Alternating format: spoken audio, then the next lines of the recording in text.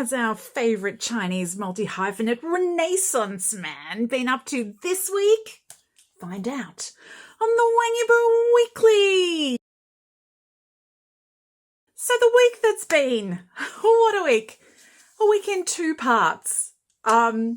Wednesday, when I left you last, we were literally just about to jump into the 8-hour Shanghai endurance race. And that happened, and wow, what a thing. Then on Thursday, there was a brand new song dropped, which I was not expecting. And so that was a thing. And then since then, it's just been crickets, basically, which is just as well on some level, because, you know, the first 2 days of my putative week really took me out. But anyway, that's the story of the week. So let's talk about the race.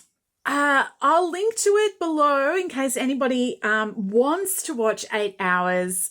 It was more than 8 hours because they had a preliminary show, and then they had,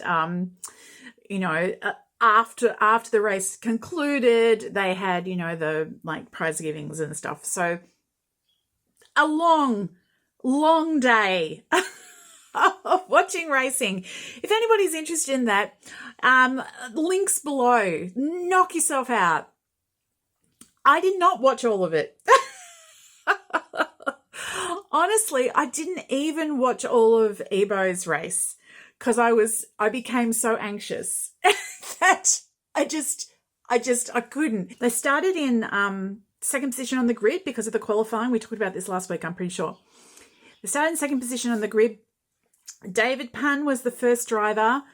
He drove very steadily.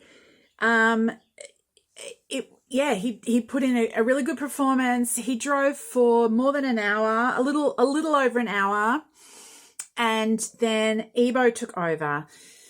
So YIBO also drove quite well. How to tell this story? I can't tell all the ins and outs of it because there's too many. There was too many ins and outs. It was, I'm pretty sure that David was in fourth position, I think, when he handed over the car to YIBO. There was chaos on the track pretty much from the word go. There was mechanical malfunctions. There were, spin outs. There were, cars clipping other cars. There was just incidents and accidents. And up until the point, that YIBO took over, I think they'd had 3 safety car incidents in the first hour, like 3 times they'd had to basically stop the race. They don't stop the race. They have, they put yellow flags up, and so everybody has to, like, you can't overtake on a yellow flag. So everybody has to, hold position. And then they have a safety car, which is a car comes onto the track and it sets pace. And at that point, there's a certain amount of time of getting the cars back up to speed because they slow down for the yellow flag, and then their tires aren't as warm because they're not going as fast, and that's dangerous, and there's all these blah, blah, blah, blah.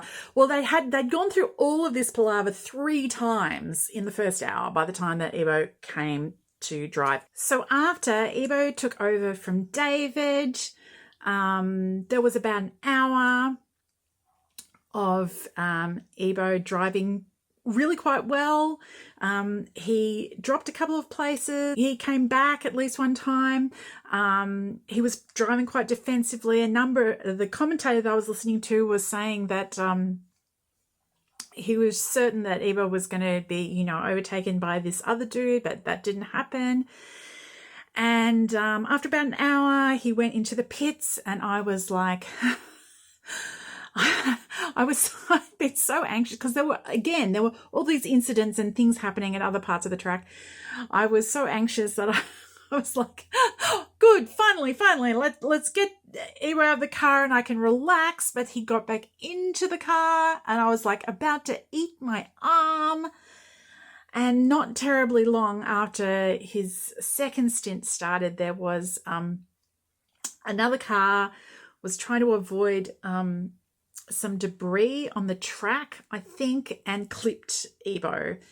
And the car 85, the UNO car, was damaged, and the had to creep the whole way around because he'd actually just passed the pits when this incident happened, and the car was still mobile, so they didn't pull out the yellow flags or anything.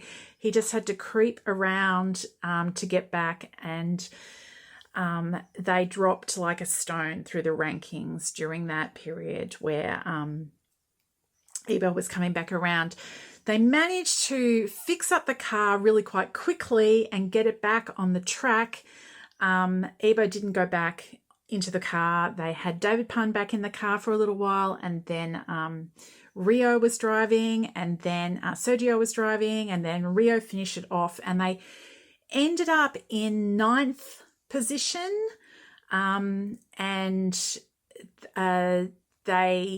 which was second in their class, so 9th out of the whole field. A number of the cars did not make it to the end of the race. The whole race was like very eventful.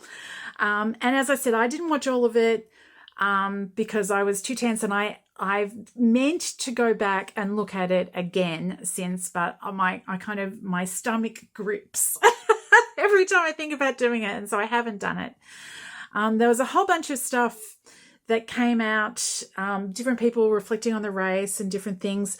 I don't actually know what his official title is. The guy that when you watch the races, he's always like with a headset in the garage, sort of like managing stuff. His Instagram handle is Bogelai or Bogelai. I'm not sure quite what it is. He's some sort of boss of the UNORACING team at some level. Anyway, this is what he wrote about it a couple of days after the race. 2025 Shanghai 8 hours, lost and recovered, yet with a touch of regret. Just like life, some things seem to belong to you, but even with all your might, you still can't get them. In my opinion, the MVP of the Shanghai 8 hours is the UNO team. They pitted with a punctured radiator and overheating, troubleshooting the issue within 8 minutes, replacing the radiator and draining the system. They didn't experience any further alarms for over half the remaining race. If you disagree, feel free to challenge us. So, and that's kind of like, of all the things that I read, like a number of people posted like really upbeat things about it. And I get that because they did well. They finished the race despite the incidents. They made back a number of the placings. They finished second in their class. You know, it was celebratory. They were on the podium. It was all great. But given how well they'd done in the qualifying and how they were, placed, if it hadn't been for, a couple of unfortunate incidents, they could well have expected to do much better. But of course, that's the whole thing with racing. There's always unexpected incidents.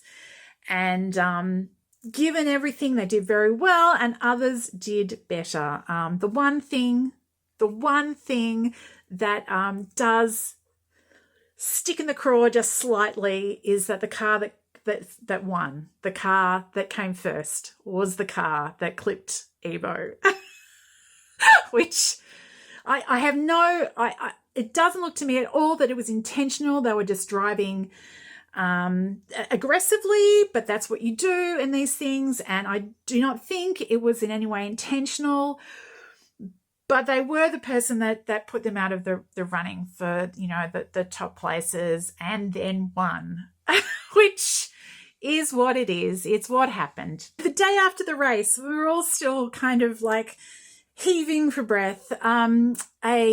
A brand new song was released with great fanfare and a full music video in my friend Nicole's official taxonomy of YIBO songs. It was a You Should Do Aerobics song. It's the theme song for the National Games, for the 15th National Games, which is coming. It hasn't happened yet, but it's coming. And so this was sort of the beginning of the promotion in the lead up to the games. I've uploaded onto my channel. So if you haven't seen it, go and have a look. They dropped YIBO Official dropped a set of photos of him in the pink hoodie that he wears in the music video. So that also happened. And then that was Thursday. And then after that, it's basically been silence since then. There's really been very little. I think, China had the long national Golden Week holiday, and things are really only kind of picking up. In the last few days, there's been a few more posts about different things. YIBO was spotted returning from Shanghai to Beijing just a couple of days ago, actually. So it seems as though he's been in Shanghai this whole time, which is not where he lives. So presumably he was doing some sort of work for somebody. I've heard a rumor that he was doing something for Loewe in Shanghai, but I don't know that that's true.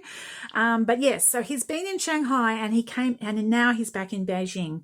And that is all of the Wang YIBO news that I have for you today, except for, of course, as always, brand stuff. Even for brand stuff, there's not a great deal to say. The big brand story this week is Lifespace brought out a new promotion campaign with some like a video, an advertisement, and they've brought out a bunch of peripherals that they are putting out in the run-up to the Double 11 festival.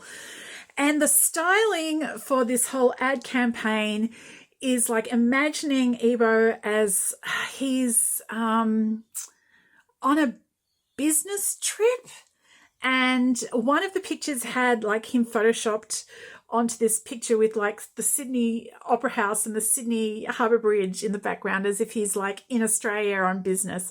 And they have him like in a suit and opening a hotel door because he's on business.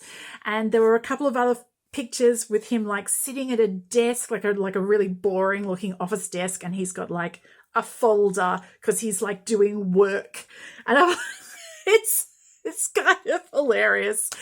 But anyway, I don't think it's been done before, so they came up with a new angle. It's just like the world's most boring angle, but nevertheless, there we have it. The Australia connection is Lifespace is actually headquartered in Australia. Not in Sydney though, they're in Melbourne, but maybe there's nothing like internationally recognizable that you could take a picture of in Melbourne. It doesn't matter. But it was a little bit of a thrill for me to see YIBO in Australia, if in Photoshop only. And what else happened this week as far as brands? Remarkably little. There was one new pick from Jeans West. There was one new pick from Coddy Coffee. Castrol and Eversue put out a whole bunch of stuff about the race. Helly Hansen had 3 new photos. That's really the only other major thing of note for the week outside of the Lifespace things. Very quiet week. But that's fine. Like I got to read a book. I'm reading a really good book at the moment. But anyway, I got to read a book and relax a little bit, think about my life, practice, focus on my Chinese practice. Yeah, that's it. I don't know how much there is to say looking forwards either. There are a number of rumours, but of things that are going to be happening in the next sort of 4 to 6 weeks. But as far as I can tell, at this stage, they're all rumours. So apart from the YIBO thing, which is not confirmed, but at least I found a news report about it, there's nothing much going on that has been made public. I'm certain there are all sorts of things going on. Who knows? This could be the week. Intercross is going to come out. Exploring the Unknown is going to release a date. And the new project that he's like clearly got up his sleeve that he's going to film. I don't know what's happening. The concert series. Wasn't there supposed to be some sort of concert series? I think that's vaporware. But anyway, something's happening and we don't know what it is, and I hope you all have a wonderful YIBO Wednesday. Okay, bye-bye. 邓毅、罗开罗、李涵宇获得 GT3 PA 组别亚军车组85号 UNORACING Team 潘君林、王一博、Rio Camara。获得 GT3 PA 组别冠军的是33号 33R Harmony Racing Jason Law 张雅琪、廖启顺、陈维安。